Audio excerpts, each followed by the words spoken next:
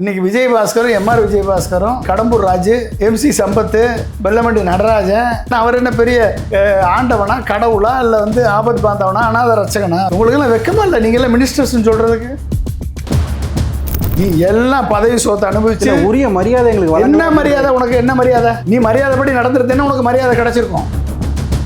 அதே போல் வந்து கனிமொழி அவர்கள் குறிப்பிட்றாங்க, வடக்கில் தாங்க நான் பார்த்துருக்கோம் ஒரு வாஷிங் மிஷின் அரசியல் இப்போ தெற்கு தமிழ்நாட்டிலே இப்போ நடக்குது. மோடியினுடைய பிராக்சி ஆட்சி நடக்குதுங்க இங்கே தமிழ்நாட்டில்.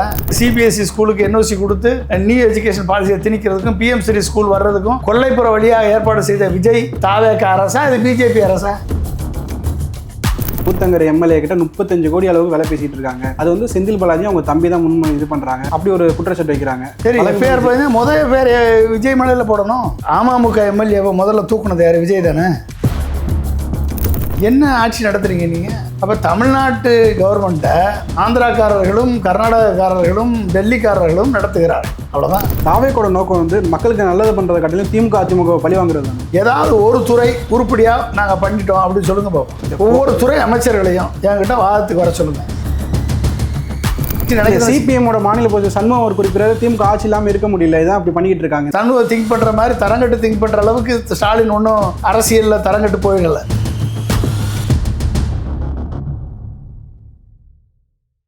இது என்ன பாயசத்துக்கா? இதுதாமா பாயசத்தோட secret. Sweet and condensed milk from Milky Mist. பார்த்தாலே தெரியுது நல்ல சூப்பர் பாயசம். Sweet and condensed milk from Milky Mist. தமிழ்நாட்டுல எல்லாமே சேஞ்ச் ஆயிடுச்சு. உங்க நகையையும் சேஞ்ச் பண்ணுங்க. உங்க பழைய நகைக்கு கிராமுக்கு 150 ரூபாய் கூடுதலா வாங்கி புது நகை எடுத்துக்கோங்க. அதே கம்மி சேதாரம் தான் உங்க லலிதால மட்டும்தான். தி டிபேட் நேயர்களுக்கு வணக்கம். இன்று நம்மளுடன் இணைந்திருப்பவர் அரசியல் விமர்சகர் திரு பொன்ராஜ் அவர்கள். சார் வணக்கம். சார் வணக்கம்பா. சார், அதிமுகலேருந்து இந்த தேர்தல் முடிந்ததுக்கு அப்புறம் படையெடுத்துக்கிட்டு இருக்காங்க தாவேக்கா பக்கம். இன்னைக்கு கூட வந்து விஜயபாஸ்கர் எம்ஆர் விஜயபாஸ்கர் வந்து தாவேக்கால இணைஞ்சிருக்காங்க. நீங்கள் எப்படி சார் பார்க்குறீங்க? என்னதை பார்க்கறது? அற்ற குலத்து அறநீர்ப்பவர்கள் போல அதிமுகவை விட்டு தாவேக்கா பக்கம் ஓடுகிறார்கள். எந்த கட்சி அவர்களுக்கு மந்திரி பதவி கொடுத்ததோ, எந்த கட்சி அவர்களை வளர்த்து விட்டதோ, எந்த கட்சி அவர்கள் சம்பாதிப்பதற்கு வழிகோலியதோ அந்த கட்சிக்கு துரோகம் செய்துவிட்டு அவர்கள் வந்து தாவேக்காவுக்கு செல்கிறார்கள். இப்படிப்பட்ட குதிரை பேரத்தை நேரடியாகவே ஊக்குவித்து கொண்டிருக்கிறார் தூய சக்தியான திரு ஜோசப் விஜய் என்ற தமிழக முதலமைச்சர். அப்போ இப்படிப்பட்டவர்களை வந்து ஊக்குவித்து இவர்களை எல்லாம் ஏற்கனவே இவர்கள் மேலே பல்வேறு ஊழல் குற்றச்சாட்டுகள் இருக்கிறது. அப்போ இந்த ஊழல் குற்றச்சாட்டுகளை கொண்ட அதிமுகவினரை சேர்ப்பதிலிருந்து தூய சக்தி விஜய் மக்களுக்கு என்ன மெசேஜ் கொடுக்குறாரு அப்படின்னா, என்னால் ஆட்சி நடத்த முடியவில்லை, அதிமுகவிலிருந்து வரக்கூடிய அமைச்சர்கள் வந்தால்தான் என்னால் ஆட்சி நடத்த முடியும், என்னால் சமாளிக்க முடியவில்லை திமுகவை, எனவே அதிமுக அமைச்சர்கள் முன்னாள் அமைச்சர்கள் வந்தால்தான் சமாளிக்க முடியும் என்ற ஒரு மெசேஜை மக்கள் மத்தியில் தன் இயலாமையை அவர் வெளிப்படுத்தி கொண்டிருக்கிறார். தன் இயலாமையை வெளிப்படுத்தி கொண்டு குதிரை பேரத்தில் ஈடுபட்டு தமிழக வரலாற்றிலேயே ஒரு கரும்புள்ளியை, அரசியல் வரலாற்றில் ஒரு கரும்புள்ளியை ஏற்படுத்தி கொண்டிருக்கிறார் திரு விஜய் என்று தான் சொல்ல வேண்டும். ஸோ அதே போல் வந்து கனிமொழி அவர்கள் குறிப்பிட்றாங்க, வடக்கில் தாங்க நான் பார்த்துருக்கோம் ஒரு வாஷிங் மிஷின் அரசியல் இப்போ தெற்கு தமிழ்நாட்டிலே இப்போ நடக்குது, தாவேக்கா அதை முன்மொழிகிறாங்க அப்படின்றாங்க. வாஷிங் மிஷின் அரசியலாக தான் சார் இருக்கா? BJP தான் வந்து வாஷிங் மிஷின் அரசியல் பண்ணுறாங்க. யாரெல்லாம் எதிர்கட்சியில் ஊழல் பண்ணாங்களோ அவங்களையெல்லாம் வந்து CBI ரைடு, ED ரைடு என்று சொல்லி இந்த ரைடை வச்சுக்கிட்டு அதன் மூலமாக அவர்களை மிரட்டி BJP கட்சியில் சேர்த்தவுடன் அந்த வழக்குகளை நீர்த்து போக செய்து அவர்கள் புனிதர்களாக அனௌன்ஸ் பண்ணப்பட்டு இன்றைக்கி ஏகப்பட்ட பேர் முதலமைச்சராக இருக்காங்க. ஹிமந்த் பிஸ்வாஸ் இருக்கார், இப்போ மேற்கு வங்காளத்தில் முதலமைச்சர்களாக இருக்காங்க. இப்படி பல்வேறு மாநிலங்களில் நம்ம பார்த்துருக்கோம். இங்கே நடக்கிறது எந்த வழக்கும் நாங்கள் ரத்து செய்ய மாட்டோம். CT நிர்மல்குமார் சட்டத்துறை அமைச்சர் அவர் எந்த வழக்கும் நாங்கள் ரத்து செய்ய மாட்டோம், நியாயப்படி நாங்கள் நடத்துவோம், ஊழல் இல்லாத ஆட்சியை தான் நடத்துவோம். இப்போ அவங்க இணைஞ்சாலுமே நாங்கள் நியாயப்படியாக வழக்கு நடத்தப்படும் அப்படின்னு. மோடி எந்த வழக்கும் ரத்து செய்யலையே, எல்லா வழக்கும் இருக்குது, ஆனால் வழக்கு டேக் ஆஃப் ஆகாது, அவ்வளோதான். மோடி எந்த வழக்கை ரத்து பண்ணியிருக்காரா? அன்புமணி மேலே ரத்து பண்ணியிருக்காரா வழக்க? மோடியினுடைய பிராக்சி ஆட்சி நடக்குதுங்க இங்கே தமிழ்நாட்டில். மோடியினுடைய ப்ராக்சியாக ஜோசப் விஜய் வந்து பிஜேபி ஆட்சியை இங்கே நடத்தி கொண்டிருக்கிறார். அப்போ நீங்கள் வேறு என்னத்தை எதிர்பார்ப்பீங்க? அவங்க சொல்கிற டைரக்ஷன் படி இவர் செயல்படுறாரு. அதனால் நீங்கள் வந்து பிஜேபியினுடைய ஆட்சியை வழிநடத்தி கொண்டிருக்கக்கூடிய திரு ஜோசப் விஜய்கிட்டேருந்து நீங்கள் என்ன எதிர்பார்க்க முடியும்? டைரக்ஷன் அங்கேருந்து வருது. அந்த டைரக்ஷனை இணைத்து நடத்துவதற்கு பிஜேபி வழிவந்த, ஆர்எஸ்எஸ் வழிவந்த வெங்கட்ர நாராயண ரெட்டியை வந்து கர்நாடகக்காரர், ஆந்திராக்காரர் தான் அவர். ஆனால் கர்நாடகாவில் தொழில் பண்ணக்கூடிய பிஜேபியோட ஆர்எஸ்எஸோட லிங்காக இருக்கக்கூடிய ஒரு அமைச்சர் அங்கே போட்டாச்சு. அப்போ அங்கேருந்து வரக்கூடிய இன்ஸ்ட்ரக்ஷன் இங்கே வந்து நடக்க போகுது. இங்கே பிஜேபியினுடைய ப்ராக்சி கவர்மெண்ட் நடக்குது. அப்போ நீ அதே மாதிரி குதிரை பேர் ஆட்சி நடத்துப்பா, எங்களுக்கு ஒன்றும் கவலை இல்லை. இப்போ இன்றைக்கி வந்து தேர்தல் கமிஷன் வட மாநிலங்களில் 3 தொகுதிக்கு சட்டமன்ற இடைத்தேர்தல் அனௌன்ஸ் பண்ணியிருக்கு. ஏன் தமிழ்நாட்டில் அனௌன்ஸ் பண்ணலை? 6 தொகுதி வேக்கண்டாக இருக்குல்ல, ஏன் அனௌன்ஸ் பண்ணலை? காரணம், இது 6 தொகுதி பத்தாது, இன்னும் ஒரு 15 பேர் வேணும். இன்னொரு 15 பேர் அதிமுகலேருந்து தூக்குற வரைக்கும் இந்த தேர்தலில் அனௌன்ஸ் பண்ணக்கூடாது அப்படின்னு சொல்லி இவங்க கேட்டிருப்பாங்க. அது அமித்ஷா ஓகே சொல்லியிருப்பார். இன்றைக்கி வந்து அதனால் எலெக்ஷன் கமிஷன் அதை பற்றி அனௌன்ஸ் பண்ணாமல் மௌனம் காக்குது. இப்போ இதிலேருந்து தெரிய வேணாமா உங்களுக்கு இது பிஜேபியினுடைய ப்ராக்சி கவர்மெண்ட் அப்படின்னு? ஆனால் அவங்க குறிப்பிடுறாங்க குதிரை பேர் வந்து திமுக தான் செய்கிறாங்க. எங்களோட எம்எல்ஏட்ட வேலை பேசுகிறாங்க. ஊத்தங்கரை எம்எல்ஏ கிட்ட 35 கோடி அளவுக்கு வேலை பேசிட்டு இருக்காங்க. அது வந்து செந்தில் பாலாஜி அவங்க தம்பி தான் இது பண்றாங்க. அப்படி ஒரு குற்றச்சாட்டு வைக்கிறாங்க. குற்றச்சாட்டு வைக்கலாம். அப்படி குற்றச்சாட்டு வச்சுக்கல. எஃப்ஐஆருமே பதிஞ்சிருக்காங்க. சரி, எஃப்ஐஆர் பதிஞ்சு முதல் எஃப்ஐஆர் விஜய் மேலே போடணும். முதல் எஃப்ஐஆர் விஜய் மேலே தானே போடணும். அமமுக எம்எல்ஏவை முதல்ல தூக்குனது யார்? விஜய் தானே. அமமுக எம்எல்ஏவை முதல்ல தூக்குனது யாருங்க? விஜய் தானே. இல்லை, அவங்க விருப்பப்பட்டு தான் தினகரன் எஃப்ஐஆர் யார் மேலே போட சொல்லியிருக்காரு? விஜய் மேலே. சரி, ரெண்டாவது அதிமுகவில் ஸ்பிளிண்டர் குரூப்பை உருவாக்கி அவங்களுக்கு சோபா அனுப்பி அவங்ககிட்ட போய் நேரடியாக போய் ஏன் சட்டசபையில் எனக்கு ஆதரவாக வாக்களிங்கன்னு சொல்லி குதிரை பேரத்தை ஊக்குவிச்சது யார்? விஜய் தானே. அப்போ அவர் மேலே செகண்ட் கேஸ் போடணுமா இல்லையா? மூணாவது, திமுக ப்ரீ போல் அலையன்ஸில் திமுகவோட கூட்டணியில் இருந்த கூட்டணி கட்சிகளை பேர கல்லாப்பட்டி கூட்டணின்னு சொல்லி கேவலமாக பேசி அந்த கேவலமாக பேசின கல்லாப்பட்டி கூட்டணிகளுக்கெல்லாம் லெட்ரு மேலே லெட்ரு எழுதி நேரடியாக போய் பார்த்து ஃபோனில் பேசி காலில் விழுந்து கையில் விழுந்து நீங்கள் வந்தால் மினிஸ்டர் பதவி தரேன்னு சொல்லி அவங்கள ஆசை வார்த்தை காட்டி தூண்டி கூட்டிகிட்டு வந்து ஆட்சி அமைச்சது யார்? ஹார்ஸ் ரைடிங் பண்ணாமல் ஆட்சி அமைச்சது யார்? இதே ஜோசப் விஜய் தானே. இன்றைக்கி செந்தில் பாலாஜி மேலே ஒரு எம்எல்ஏவுக்கு பேரம் பேசுனாங்க அப்படின்னு சொல்லி எல்லோரும் அவங்க பேசிக்கிட்டாங்க, இவங்க பேசிக்கிட்டாங்க, அவங்க பேசிக்கிட்டாங்க, உடனே அரெஸ்ட்டு. அப்போ நீங்கள் பண்ண இது இவ்வளோ நாள் பண்ண ஹார்ஸ் ரைடிங்க்கு யார் அரெஸ்ட் பண்ணுறது? ஏன் அரெஸ்ட் பண்ணலை? இப்போ நீங்கள் தீவிர சக்தியா? சொல்லுங்கள். இவ்வளோ நாள் நீங்கள் பண்ண பேரத்துக்கு யார் அரெஸ்ட் பண்ணுறது? அப்போ இங்கே சட்டம் ஒழுங்கு இருக்கா? இங்கே நீதி இருக்கா? நேர்மை இருக்கா? நியாயம் இருக்கா? கவர்னர் தூங்கிட்டு இருக்காரா? அர்லேக்கர் குதிரை பேரத்தை நான் ஊக்குவிக்க மாட்டேன் என்று சொன்ன அர்லேக்கர் எங்கே போனார்? தேசிய கீதம் பாடினோடனே அவருக்கு திருப்தி ஆயிடுச்சா? வரலாற்று சிறப்புமிக்க சம்பவம்னு சொல்லி தேசிய கீதம் பாடினதை வெற்றியாக அனௌன்ஸ் பண்ணார். அப்போ நீ தோல்வி அடைஞ்சிட்டீங்களா அவர்கிட்ட? அந்த ஒரு தோல்விக்கும் 1000 ஸ்கூலுக்கு சிபிஎஸ்சி ஸ்கூலுக்கு என்ஓசி கொடுத்து மும்மொழி கொள்கையை திணிக்கிறதுக்கும் சமஸ்கிருதத்தை திணிக்கிறதுக்கும் நியூ எஜுகேஷன் பாலிசியை திணிக்கிறதுக்கும் பிஎம் சிரி ஸ்கூல் வர்றதுக்கும் கொல்லைப்புற வழியாக ஏற்பாடு செய்த விஜய் தாவேக அரசா? இது பிஜேபி அரசா?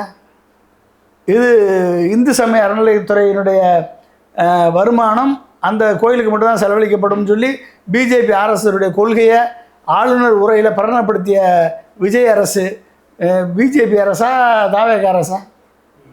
சொல்லுங்கள். இன்றைக்கி விபிஜி ராம் மகாத்மா காந்தி 100 நாள் வேலைவாய்ப்பு திட்டத்தை ஏற்றுக்கிட்டு அனௌன்ஸ் பண்ண அரசு பிஜேபி அரசா? எல்லா பிஜேபி அரசுகளும் ஏற்றுக்குச்சு. தமிழ்நாட்டில் இருக்கக்கூடிய பிஜேபி அரசும் ஏற்றுக்குச்சு. அப்போ என்ன வித்தியாசம் இருக்குது? வாஷிங் மிஷின் கலாச்சாரம் பிஜேபி கலாச்சாரம், மும்மொழி திட்டம் பிஜேபியினுடைய கொள்கை,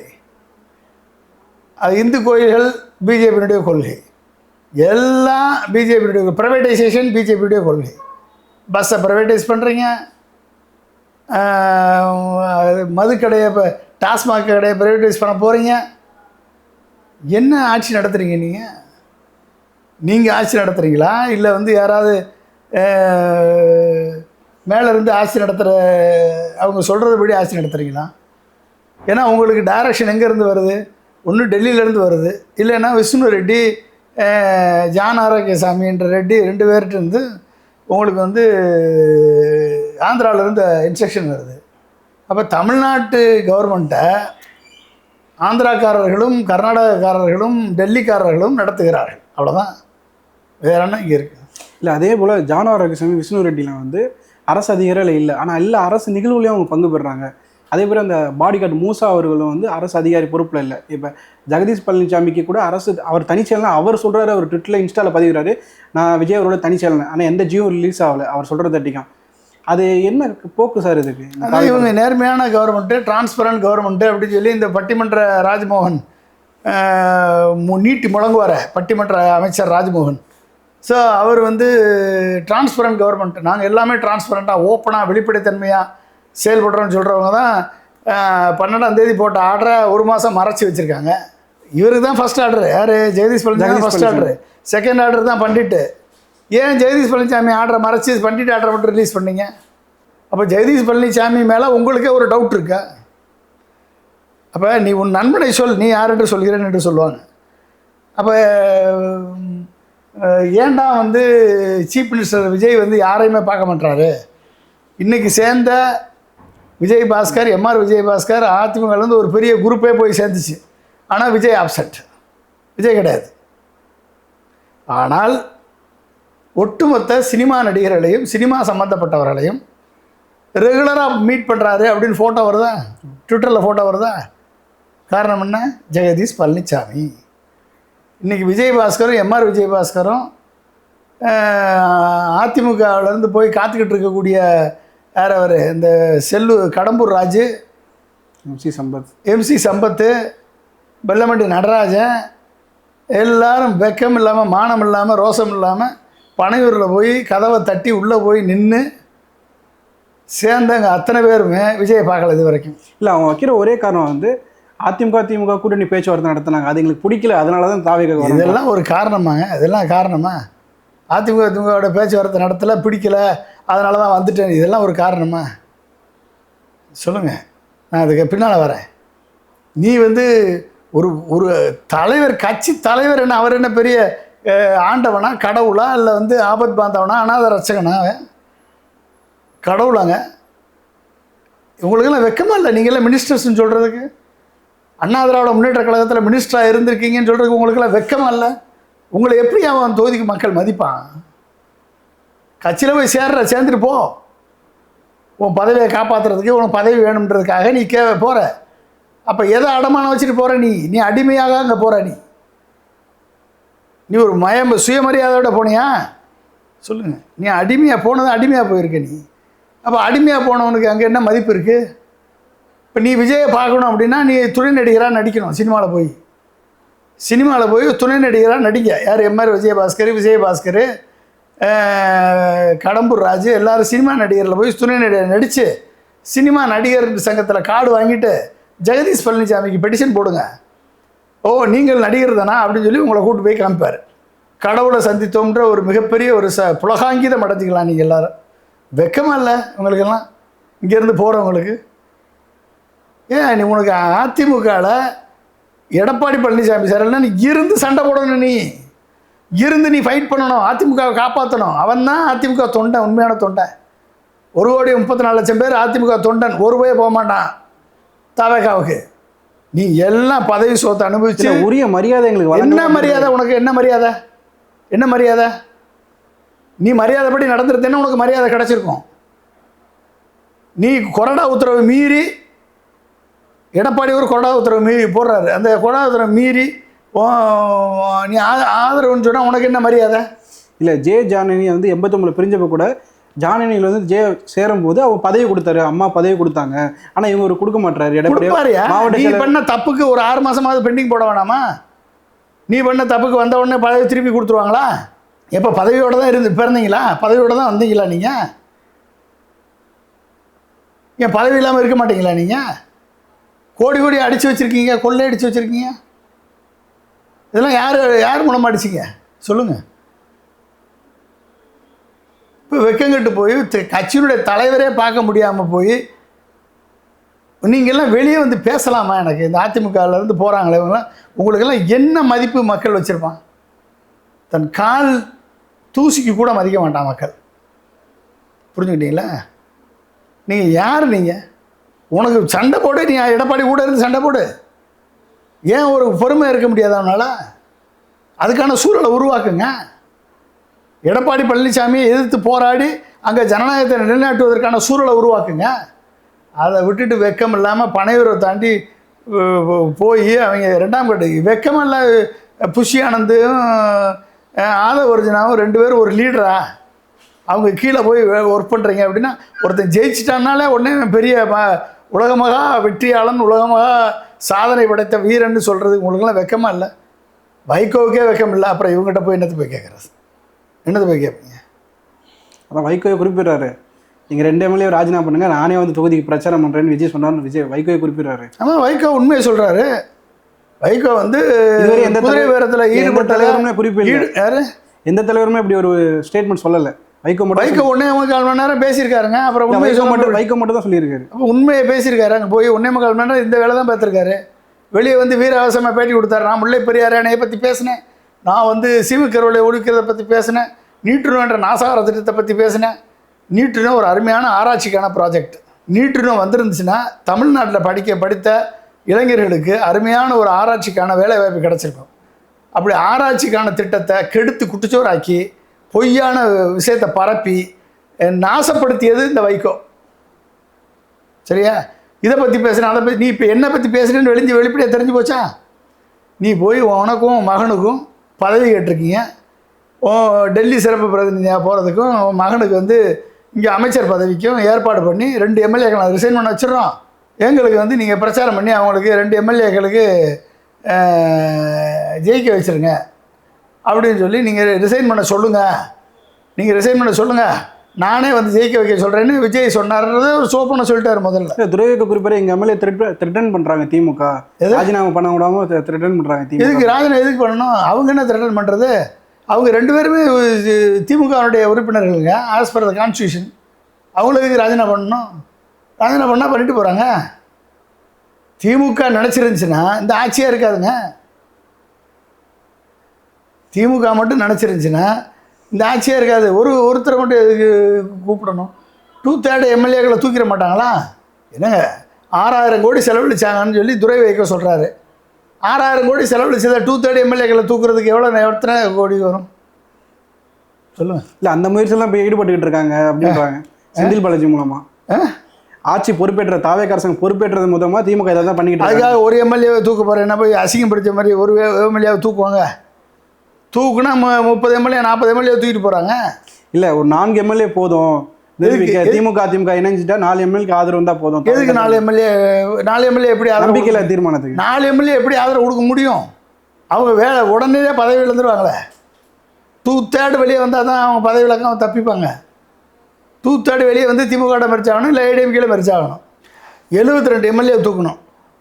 எவ்வளவு? 72 எம்எல்ஏ 72 எம்எல்ஏ தூக்கணும். வேறு வேலை இல்லை. 72 எம்எல்ஏ தூக்குறது தான் வேலையா திமுகவுக்கு? ஒரு எம்எல்ஏ எவனாவது தூக்குவானா சொல்லுங்கள்? 72 எம்எல்ஏக்கள் வருவாங்களா ஆளுங்கட்சியை விட்டு? ஆளுங்கட்சி விட்டு வருவாங்க. இது சும்மா ஒரு ஃபேக்கு குற்றச்சாட்டு, திசை திருப்பக்கூடிய குற்றச்சாட்டு. ஆனால் ஸ்டாலின் எல்லா இடத்துலையும் சில மாதங்களில் ஆட்சி கவுந்துரும். அது வரும். ஏங்க ஆட்சி கவுளுன்னா எம்எல்ஏ தூக்கி தான் ஆட்சி கவுளுமா? எத்தனை வழி இல்லை ஆட்சி கவுள்றதுக்கு? எத்தனையோ வழி இருக்குங்க ஆட்சி கவுள்றதுக்கு. இல்லை, இன்னும் இதையும் சொல்லிக்கிட்டே இருக்கு. பில்லு பாஸ் பண்ணலைன்னா ஆட்சி கவுந்துடும். அவங்க எதிர்கட்சி அவங்க வேலையை பார்க்குறாங்க. ஆட்சி தொடரக்கூடாதுன்னு எதிர்கட்சி நினைக்கிறேன். சிபிஎம்மோட மாநில பொதுச் சண்முகம் ஒரு குறிப்பிடாரு, திமுக ஆட்சி இல்லாமல் இருக்க முடியல, இதான் அப்படி பண்ணிக்கிட்டு இருக்காங்க, இந்த வேலைகளை பண்ணிக்கிட்டு இருக்காங்க. திமுக ஆட்சி இல்லாமல் 10 வருஷம் இருந்திருக்கு. சண்முகம் வேணா ஆட்சி இல்லாமல் இருந்திருப்பாரு. திமுக ஆட்சி இல்லாமல் 10 வருஷம் இருந்திருக்கு. அப்படி பார்த்துருந்தா ஏடிஎம்கே கவர்மெண்ட் ஜெயலலிதா இறந்த உடனே ஆட்சியை பிடிச்சிருப்பாங்க. ஏன் வெளியே நின்னார் ஸ்டாலின்? இந்த சண்முகத்துக்கு மாதிரி சண்முகம் திங்க் பண்ணுற மாதிரி தரங்கட்டு திங்க் பண்ணுற அளவுக்கு ஸ்டாலின் ஒன்றும் அரசியலில் தரங்கட்டு போயிடலை. அப்படி இருந்திருந்தாருன்னா நீ யாரும் போயிருக்கக்கூடாது, போஸ்ட் போல் அலையன்ஸுக்கு போகாதீங்க, போகக்கூடாதுன்னு சொல்லி கண்டிச்சிருப்பார். சரியா? இவர்கள் வந்து அவர்கள் மேலே சண்முகத்துக்கு திமுக மேலே வன்மம், அந்த வன்மத்தை வெளிப்படுத்துகிறாரு, அவ்வளோதான். வேற என்ன இருக்குது? சார் தாவேக்கோட நோக்கம் வந்து மக்களுக்கு நல்லது பண்றதை காட்டிலும் திமுக அதிமுக பழி வாங்குறது தானே.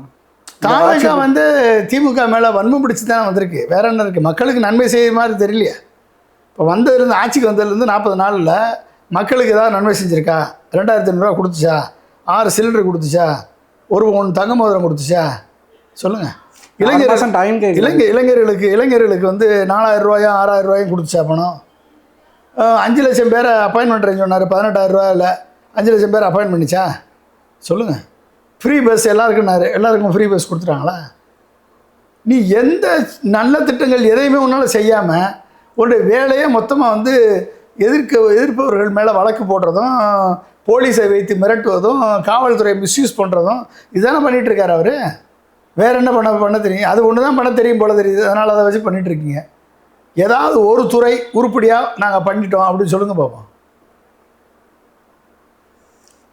ஒவ்வொரு துறை அமைச்சர்களையும் என்கிட்ட வாதத்துக்கு வர சொல்லுங்கள். இல்லை, அவங்க குறிப்பிட வந்து போன திமுக பிரிவில் பல ஊழல் நடந்திருக்கு, பள்ளிக்கல்வித்தில் பல லஞ்சம் பெற்றிருக்காங்க. அதே போல் வந்து இப்போ பொதுப்பணித்துறையில் ஏதாச்சும் ஊழல் வாங்கி லஞ்சம் பெற்றிருந்தா நீங்கள் கம்ப்ளைண்ட் பண்ணுங்க அப்படின்னு ஆதோர்ஜினா குறிப்பிட்றாரு. ஒரு டிபார்ட்மெண்ட்லேயும் அதே மாதிரி போக்குவரத்து துறை ஊழல் பண்ணுறத பிடிக்கிறதுக்கு நீ என்ன இன்டர்நேஷ்னல் போலீஸா? உனக்கு அதுக்கு தான் ஊழல் பண்ணதை பிடிக்கிறதுக்கு மட்டும்தான் உனக்கு அதிகாரமா? அது ஒரு வேலை நடந்துக்கிட்டே இருக்கட்டும். அது நீ என்னையா பண்ணியிருக்க? ஜூன் 12ஆம் தேதி ஏன் வந்து தண்ணி திறந்து விடலை மக்களுக்கு, விவசாயிகளுக்கு? உன்னால் தண்ணி திறந்து விட முடிஞ்சா? பதில் சொல்ல சொன்னியா அதுக்கு? அமைச்சர் என்ன, விவசாயத்துறை அமைச்சர் என்ன சொன்னார்? தண்ணி ஏன் திறந்து விடலன்னு கேட்டால் எங்கள் முதலமைச்சர் நிவாரணம் கொடுப்பாருன்றாரு. இதுக்கும் அதுக்கு என்ன, பதிலுக்கு என்ன சம்பந்தம்? மக்களுக்கு என்ன பண்ணீங்க அதை சொல்லுங்கள். நீ ஊழல் பண்ணவங்க மேலே எந்த பிரச்சனையும் இல்லை, நீங்கள் குற்றச்சாட்டை எடுங்க. ஊழல் பண்ணவங்க மேலே ஆதாரத்தை கலெக்ட் பண்ணுங்கள், வழக்கை பதிவு பண்ணுங்கள், கோர்ட்டில் கேஸ் நடத்துங்க, அவங்க மேலே தண்டனை வாங்கி கொடுங்க. அதனால் உருவாக்கப்பட்ட சொத்தை அபகரித்து கவர்மெண்ட்டு கஜானால சேருங்க. இது வரவேற்கத்தக்க அம்சம். செய்யுங்க, அது செய்யுங்க. ஆனால் இதுதான் செய்வேன்னு உட்காந்துருந்து ஒட்டுமொத்த ஆட்சி நிர்வாகமும் பல்லடிச்சுக்கிட்டு உட்காந்துருக்க. நேற்று ஆணவ கொலை நடந்திருக்கு. அண்ணாமலை பல்கலைக்கழகத்துக்கு முன்னால் 2 மாணவர்களை வெட்டி கொண்டிருக்காங்க. 12 கொலை ஒரு நாளில் நடக்குது. என்ன ஆட்சி நடக்குது? இல்லை, இதுதான் திமுக பிரிவில் நடந்துச்சு. இப்போ நாங்கள் இப்போதான் பொறுப்பேற்றிருக்கோம். ஒரு 6 மாதம் டைம் கொடுங்க. என்ன சட்டம் ஒழுங்கு என்ன சொன்னீங்க? வந்த உடனே சட்டம் ஒழுங்கை பாதுகாப்பேன்னு சொன்னீங்களா இல்லையா? குற்றம் நடக்க விடாமல் தடுப்பேன்னு சொன்னீங்களா இல்லையா? இதை தடுக்கிறதுக்கு 6 மாதம் டைம் வேணும். மற்றவங்க மேலே வழக்கு போடுறதுக்கு உனக்கு டைம் தேவையில்லை. ஆனால் இதை தடுப்பதற்கு உனக்கு 6 மாதம் டைம் வேணுமா? சொல்லுங்கள், திங்க் பண்ணுங்கள் நீங்கள். அப்போ மக்கள் வந்து இன்றைக்கி பெண்களும் குழந்தைகளும் மாணவர்களும் உனக்காக ஓட்டு போட்ட இளைஞனும் இன்றைக்கி வெட்டி சாய்க்கப்பட்டுருக்கான். உனக்காக ஓட்டு கேட்ட குழந்தைகள் 120 குழந்தைங்க மேலே போக்சோ வழக்கு, குழந்தைங்க போக்சோ வழக்கால் பாதிக்கப்பட்டிருக்காங்க. அதில் 50% தாவேக்கா கட்சிக்காரங்கன்னு சொல்லி நியூஸ் வருது. என்ன ஆக்ஷன் எடுத்திருக்கீங்க அவங்க கட்சிக்காரங்கள் மேலே? ஒரு வந்து போதைப் பொருள் குற்றச்சாட்டுன்னு சொல்லி ஊரே நாரி கிடக்கு ஒரு மினிஸ்டர் மேலே. என்ன ஆக்ஷன் எடுத்திருக்கீங்க சொல்லுங்கள். இன்றைக்கி ஒரு அம்மா விழுப்புரத்தில் இருந்து ஒரு தாவேக்காவினுடைய வழக்கறிஞர் இன்றைக்கி கோர்ட்டில் ஹைகோர்ட்டில் வந்து கோர்ட்டு தாக்கல் பண்ணியிருக்கு. வழக்கறிஞர், அரசு வழக்கறிஞர் பதவிக்கு 5 லட்சத்துலேருந்து 30 லட்ச ரூபா புஷி ஆனந்து கேட்குறாரு. சட்டத்துறை செயலாளர் இதில் அடக்கம். இவர்கள் மாவட்ட ஆட்சியர், சட்டத்துறை செயலாளர் புஷி ஆனந்த் மூலமாக பணம் வசூலிக்கப்படும். நீ ஏன் ஊழல் லெட்டர் ஆட்சி கொடுக்க போகிற? நீ ஏன் தூய ஆட்சி கொடுக்க போகிற? உன் கீழே இருக்கக்கூடிய உன்னுடைய பொதுச் செயலாளராக இருந்தால் புஷி ஆனந்த் மேலே குற்றச்சாட்டு, வெறும் குற்றச்சாட்டு இல்லை, கோர்ட்டில் கேஸு. புஷி ஆனந்த் எப்போ நடவடிக்கை எடுப்ப? தூய சக்தி இல்லை, அவங்க முன்மொழிஞ்சதே ஊழல் இல்லாத கட்சியாக தான் இருக்கும் தாவேக்கா. அப்படி இருந்தாலும் அவங்க வந்து இதுக்கு அரசுக்கு வந்தவொடனே ஊழல் இல்லாத கட்சியாக தான் இருக்கும், ஊழல் இல்லாத நிர்வாகமாக இருக்கும் அப்படி இருந்தாலும் குறிப்பிட்டாங்க. ஆமாம், குற்றச்சாட்டு வந்துருச்சேப்பா. நீ என்ன பண்ண போகிற? வழக்கறிஞர் பதவிக்கு 30 லட்ச ரூபா வாங்குறேன்னு சொல்லி கேஸ் ஆயிடுச்சே. இப்போ உங்கள் அமைச்சர் மேலே வரிசையாக கேஸ் வந்துட்டுருக்க. அப்போ இதெல்லாம் வந்து இவங்க மேலெல்லாம் ஆக்ஷன் கிடையாது. உன்னை எதிர்த்து கேட்டால் எதிர்கட்சிகள் செய்யும் சதின்னு தான் குறிப்பிடுறாங்க. தாவேக்கா எதிர்கட்சிகள் செய்யும் சதின்னு தான் குறிப்பிடுறாங்க. என்ன சதி? குற்றச்சாட்டு. வழக்கறிஞர், தாவேக்கா வழக்கறிஞர் வந்து எதிர்கட்சிக்காரங்க, திமுக காரங்க வந்து தாவேக்கா வழக்கறிஞர் மாதிரி இல்லை. வழக்கறிஞர் மட்டும் இல்லை, மற்ற எல்லா விஷயங்கள். நீங்கள் அமைச்சர் மருந்து சொன்னீங்களே, போதை மருந்து, அதுலேருந்து மின்வெட்டு எல்லாம். போதை மருந்து கொடுத்தது திமுகவா? இல்லை, அதை பரப்புறது. யார் பரப்புனது? யார் திமுக பரப்புச்சு? ஆதவர்ஜுனா கோஷ்டி பரப்பியிருக்கு. புஷியானந்த் பேர் புஷியானந்த் கோஷ்டின்னு சொல்கிறாங்க. ஆதவர்ஜுனா கோஷ்டி பரப்பியிருக்கான். அதுக்கு திமுகவுக்கு என்ன சம்மந்தம் சொல்லுங்கள்? நீங்களே பரப்புவீங்க, நீங்களே செய்வீங்க, உங்களுக்குள்ளே வரக்கூடிய கோஷ்டி சண்டையில் நீங்களே பிரச்சனை பண்ணுவீங்க. வெளியே வந்த பிறகு திமுக மேலே பழையத்து மட்டும் திமுக மேலே போடுவீங்க. ஏங்க வெக்கமா இல்லையா? பழி எதுக்கு எடுத்தாலும் திமுக தான் காரணம், திமுக தான் காரணம்னு. அப்போ நீங்கள் எதுக்கு ஆட்சியில் இருக்கீங்க? திமுக கொடுத்துட்டு போயிட வேண்டியதுனா ஆட்சியை?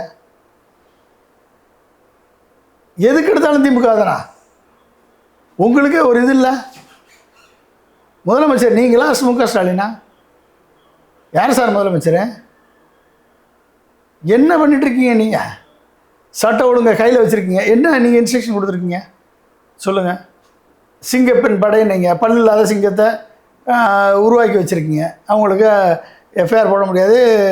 பல குழந்தைகள் திருமணத்தை தடுத்திருக்கேன்றாங்க. என்ன குழந்தை படை வந்து என்ன குழந்தை திருமணத்தை தடுத்திருக்காரு? என்ன தமிழ்நாடு முழுக்க குழந்தை திருமணம் தான் நடத்திட்டுருக்கா? என்ன 120 பாக்ஸோ கேஸ் எப்படி சார் வந்துச்சு? எப்போ ரெஸ்பான்ஸ் டைம்? அந்த சிங்கப்பெண் படை எப்படி கூப்பிடுறது? எப்படி கால் பண்ணுறது? ஏதாவது ஒரு நம்பர் இருக்கா? சிங்கிள் நம்பர் இருக்கா? கூப்பிட்டா அடுத்த எத்தனை நிமிஷத்தில் வரும்? அது 5 நிமிஷத்தில் வருமா, 8 நிமிஷத்தில் வருமா, 10 நிமிஷத்தில் வருமா, இல்லை அக்கரன்ஸ் முடிஞ்ச பிறகு வருமா? வந்து என்ன பாதுகாப்பு? துப்பாக்கியோடு வருமா, லத்தியோடு வருமா, எதோட வரும்? ஒன்றும் கிடையாது. அப்புறம் என்ன அதுக்கு பல்லு இல்லாத சிங்கம்னு சொல்லாமல் எப்படி சொல்லுவாங்க சொல்லுங்கள்? மின்சார கட்டணத்தை உயர்த்திட்டீங்க. 200 மீட்டரு தரேன்னு சொல்லிட்டு 500 வந்து ஸ்லாபாக வச்சு 200 யூனிட்டுக்கு மேலே ஓட்டுறவங்களுக்கு 4.77 போட்டு மும்மடங்கு ஏற்றிட்டு போயிட்டீங்க மின்சார கட்டணத்தை. என்ன பண்ண போகிறீங்க? விவசாயிகளுக்கு நான் வந்து கடன் தள்ளுபடி பண்ணுறேன்னு சொல்லிட்டு ஒத்துவம் விவசாயிகள் முதுகில் குத்தி விவசாயிகளை ஏமாற்றி விட்டீங்க. பஸ்ஸுக்கு எல்லாருக்கும் நான் ஃப்ரீயாக, நான் வந்த அடுத்த நொடி அனைத்து மகளிரும் தமிழகம் முழுக்க ஃப்ரீ பஸ்ஸில் போகலான்னீங்க. எந்த பஸ் ஏன் போக முடியல? பஸ்ஸெல்லாம் தனியாருக்கு விற்கிறீங்க. லாட்ரி சீட்டு தமிழ்நாடு முழுக்க லாட்ரி சீட்டு, கள்ள லாட்ரி எங்கே பார்த்தாலும் ஓடிக்கிட்டு இருக்குது. ஏன்னா லாட்ரி சம்மந்தப்பட்டவங்க இன்றைக்கி ஆட்சியில் இருக்கிறதுனால கள்ள லாட்ரி பிஸ்னஸ் ஓடுது. கள்ள லாட்ரி ஓட ஓட ஓட ஓட ஐயோ கள்ள லாட்ரி எங்களால் கண்ட்ரோல் பண்ண முடியல அப்படின்னு போலீஸ்லேருந்து ரிப்போர்ட் வாங்குவாங்க. அந்த ரிப்போர்ட்டை வாங்கிட்டு நம்ம நல்ல லாட்ரியை ஓப்பன் பண்ணிடுவோன்னு ஓப்பன் பண்ண போகிறாங்க. இதுதான் நடக்க போகுது. வேணால் பாருங்கள். இறுதியாக ஒரு கேள்வி. திமுக வந்து தனது கூட்டணி கட்சியை கையாளுவது தோல்வி அடைஞ்சிட்டாங்களா? ஏன்னா திமுக கூட்டணி 9 ஆண்டுகளை பயணித்த விடுதலை சிறுத்தைகள், இடதுசாரிகள், மதிமுக போன்ற கட்சிலாம் தாவேகா பக்கம் போயிட்டாங்க. இந்த ஒரே ஒரு தோல்வி தான் காரணமா? ஏன்னா நீங்களாம் திரும்ப அவரோட நிறைய தேர்தல் பிரச்சாரத்துக்குலாம் போயிருக்கீங்க அவருக்காக. ஆமாம், அதாவது தோல்வி வந்தால் பக்கத்தில் ஒருத்தரும் இருக்க மாட்டாங்க என்பதுக்கு நிச்சயம். தோல்வியை தாங்கி கொண்டு 10 ஆண்டுகள் ஆனாலும் மீண்டும் எழக்கூடிய வல்லமை பெற்ற கட்சி தான் திமுக. ஆனால் தோல்வி வந்தால் கூட இருந்தவங்கள்லாம் வந்து நான் கொள்கை கூட்டணிக்கு இருப்பேன்னு சொன்ன அத்தனை பேரும், இவர்கள் அத்தனை பேருமே கொள்கைக்காக இல்லை, இவர்களுக்கு பதவியும் பணமும் முக்கியம் என்பதை இவர்கள் உணர்ந்ததின் காரணமாக மற்ற கட்சியினுடைய அழுத்தத்தின் காரணமாக ஐயமல் சொல்கிறாரு, ஒட்டுமொத்த முஸ்லீம் சமுதாயமும் விஜய்கிட்ட போக சொல்லிருச்சுன்னு சொல்கிறாரு. ஓகே, இல்லை அவர் தான் குறிப்பிட்டிருந்தது தேர்தலில் போதிய ஆதரவு இல்லாதப்போ கேட்டப்போ ஸ்டாலின்கிட்ட கேளுங்க, எங்கிட்ட கேட்காதீங்க அப்படின்னு முதல்ல சொன்னது காதர் மீதானோட தான் குறிப்பிட்டிருந்தாரு. ஆனால் இப்போ அவரோட பேச்சு மாறி இருக்கு. அதான் பதவி ஆசை வெட்கமறியாதுன்னு சொல்லுவாங்க. அந்த பதவி ஆசை வந்து வெட்கமறியலை. ஸோ காதர் மைதீன் யாருன்னு எக்ஸ்போஸ் ஆகிட்டார், கம்யூனிஸ்டுகள் யாருன்னு எக்ஸ்போஸ் ஆகிட்டாங்க, விடுதலை சிறுத்தைகள் யாருன்னு எக்ஸ்போஸ் ஆகிட்டாங்க, காங்கிரஸ் யாருன்னு எக்ஸ்போஸ் ஆகிட்டாங்க. ஸோ இப்போ இவங்க அத்தனை பேருமே வந்து கொள்கைக்கானவர்கள் அல்ல, பதவிக்கானவர்கள் என்பது வந்து தெளிவாக தெரியுது. ஸோ இதை வந்து திமுக தன் ஸ்ட்ராட்டஜியை ரீதிங்க் பண்ண வேண்டிய கட்டாயம் இருக்குது. இனிமேல் வந்து திமுக தனித்து போட்டிடுவது பெட்டர். ஆனால் இதுவரையும் அவங்க தனித்து போட்டிகிட்டே இல்லையா சார்? தேர்தல் வரலாற்றில் திமுக தனித்து போட்டிட்டு வென்றதா சரித்திரமே இல்லையே. இது வரைக்கும் தாவேகா போட்டிட்டு வென்றதா வரலாறு இருக்கா? தாவேகா இப்போ தானே போட்டிட்டாங்க, இப்போ தானே வென்றாங்க, தனித்து போட்டிட்டு தானே வென்றாங்க. அது மாதிரி திமுக வென்றுட்டு போகுது, அவ்வளோதானே. வரலாறு என்ன வரலாறு சொல்லுங்கள்? மக்களுடைய மனத்தை மக்கள்கிட்ட வந்து வாங்கின கெட்ட பெயர் என்ன? கெட்ட பெயர் திமுக அப்படின்னாலே வந்து ஒரு ஸ்டீரியோ டைப்பிங் பண்ணியிருக்கு. திமுகவில் இருக்கக்கூடிய கிரவுண்டில் உள்ளக்கூடிய தொண்டர்கள் பண்ணக்கூடிய அராஜகங்கள், வன்முறைகள், ரவுடிசம், கட்ட பஞ்சாயத்து, போலீஸ் ஸ்டேஷனில் போய் பஞ்சாயத்து, இதெல்லாம் வந்து சாதாரண ஏழை எளிய மக்களுக்கு பிடிக்காமல் இருந்திருக்கு. இப்போ இதெல்லாம் கண்ட்ரோல் பண்ணாத வரைக்கும் திமுகவுக்கு அந்த கெட்ட பெயர் வரும். ஸோ இதை தான் இப்போ தாவேக்கா பண்ணிகிட்டு இருக்காது. எதனால் திமுக தோற்றுதோ அதை தாவேக்கா இப்போ கையில் எடுத்திருக்கு. ஆட்சி மாறலாம், காட்சிகள் மாறல. காட்சிகள் மாறலை, ஆள்கள் தான் மாறி இருக்காங்களே ஒழிய காட்சிகள் மாறலை. எனவே வந்து திமுக இதிலிருந்து பாடம் கற்க வேண்டும் என்று சொன்னால் கிரவுண்ட் லெவல் கேடர்ஸை கம்ப்ளீட்டாக மக்கள் தொண்டர்களாக மாற்றணும். மக்கள் வந்து திமுக காரங்களை பார்த்து பயப்படக்கூடாது. திமுகவினர் ஆபத்துக்கு வந்து நிற்பவர்கள் திமுக காரர்கள் என்ற நிலை ஏற்படணும். புரிஞ்சுங்களா? இதை வந்து இன்றைக்கி வந்து தாவேக்காவினரை பார்த்து இப்போ மக்கள் பயப்படக்கூடிய சூழல் ஏற்பட்டிருக்கு. தாவேக்காவினரை பார்த்து சின்ன குழந்தைங்களையும் பெண்களையும் பாதுகாத்திடணும், தாவேக்காரங்கக்கிட்ட விட்டுறக்கூடாது என்ற நிலை ஏற்பட்டிருக்கு. ஸோ அப்படிப்பட்ட ஒரு சூழல் இன்றைக்கி வந்துக்கிட்டு இருக்கு. எனவே தாவேக்காவும் இதில் கவனமாக செயல்படலைன்னா தாவேக்காவும் இதே நிலையை சந்திக்கும். பொறுத்திருந்து பார்ப்போம் சார். பல தகவல்கள் பயந்து ரொம்ப நன்றி சார். நன்றி.